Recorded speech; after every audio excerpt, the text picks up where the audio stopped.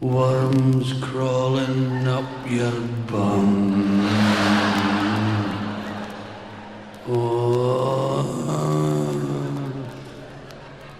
earwigs biting you on the welly.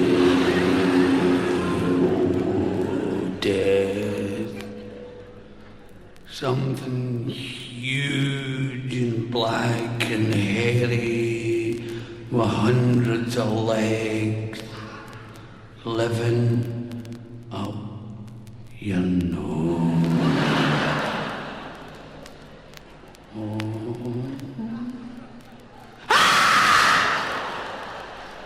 That's what I think of death. And I'll tell you, please. You see, the Chinese and the people in New Orleans, they've really got it together. They know how to treat it. Somebody dies, hey, hello, a wee party, get into that. Cheers, we are the people. I mean, that's what it's all about. I mean, the priests and ministers and people in crematoriums and funeral parlours, undertakers, they've got us all in bloody misery. Would you like to see the body? This way. What's that all about? Got us all terrified, bogeyman.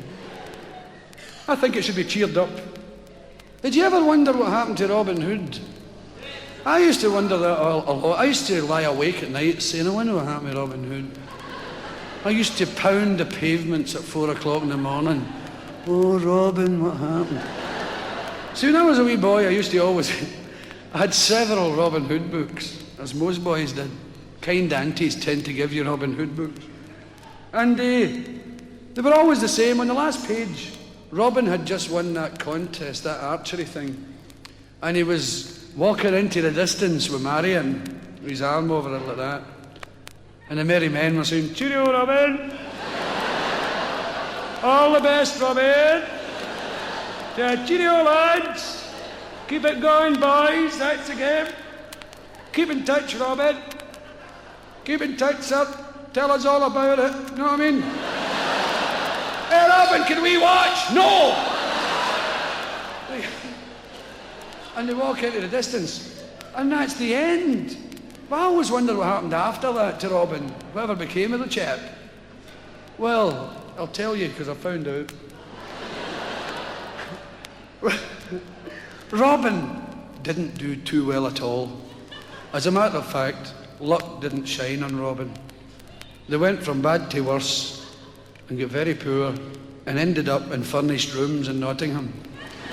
Him and Marion. And Robin got old like everybody else, and he had silver hair, a wee silver beard, and he was close to death, sitting up in bed with his wee Lincoln green pyjamas on. And the feather in his hat went, But for Robin, it was all over. And he said, Marion! Marion! Marion! And she came in. What is it? What is it now? Mer Lucasade? No, Marion. Marion, I fear I am close to death. Please fetch the merry men. And all right. And away she went, and then they came in, the merry men. Hey, Robin, how's it going, pal? You all right? How you going, Robin? You all right? Well, give in. Where's the half bottle? Come on. Oh, where's the carry out, Robin? Hold up. Wee bottle of stout. Hold it. These merry men, I gathered you here because I am close to death. Little John, you were always my very chum. Please fetch my longbow. All right. You're not going to commit suicide or anything, are you? No. She says, there's a bow. She says, thank you. And an arrow. Jesus Christ. A message boy. Yeah. And your arrow. Thanks, little John. He puts the arrow in the bow, and he knelt up in bed with his wee scrawny legs, shaking like that. And he says, little John, please open the window. And, oh, God, there you go. And he points like that. He says, wheresoever this arrow may land, there shall I be buried. Boing! and they buried him on top of the wardrobe. And that's true. If anybody ever asks you, that's your actual official story. One more crack like that and you're out in your arse. Don't let the hair fool you. I'm not a hippie. I like violence.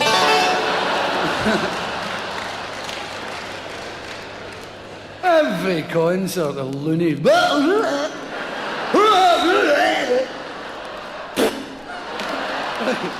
Spell that.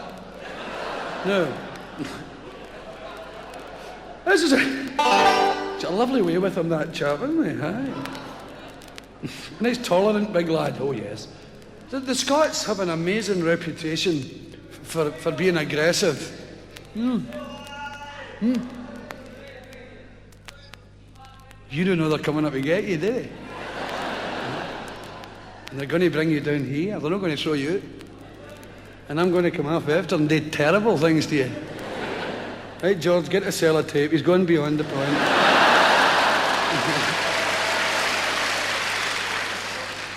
Shut your mouth. This is a aggressive story. Desperately aggressive, terrible.